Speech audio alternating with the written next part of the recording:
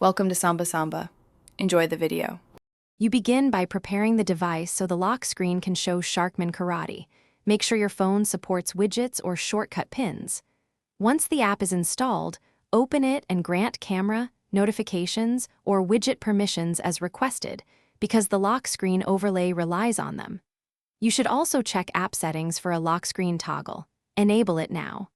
If the app requests special access, allow it. This ensures the next steps will succeed without repeated permission prompts or blocked overlays. Now you configure the lock screen shortcut that launches Sharkman Karate instantly.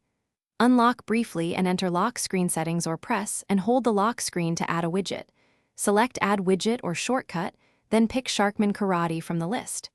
You should set the widget action to open the training mode or quick launch the character. This saves steps. Once chosen, adjust size and tap sensitivity so one tap reliably starts the app. Make sure visibility is set to show when locked, otherwise the widget won't appear. Finish by testing the full flow.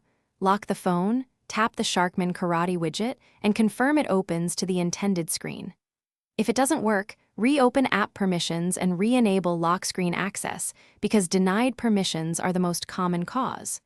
When problems persist, reinstall the app and repeat the widget setup.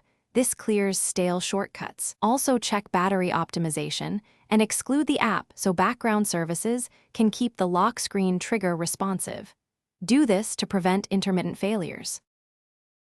Thanks for watching. Consider subscribing if we helped you.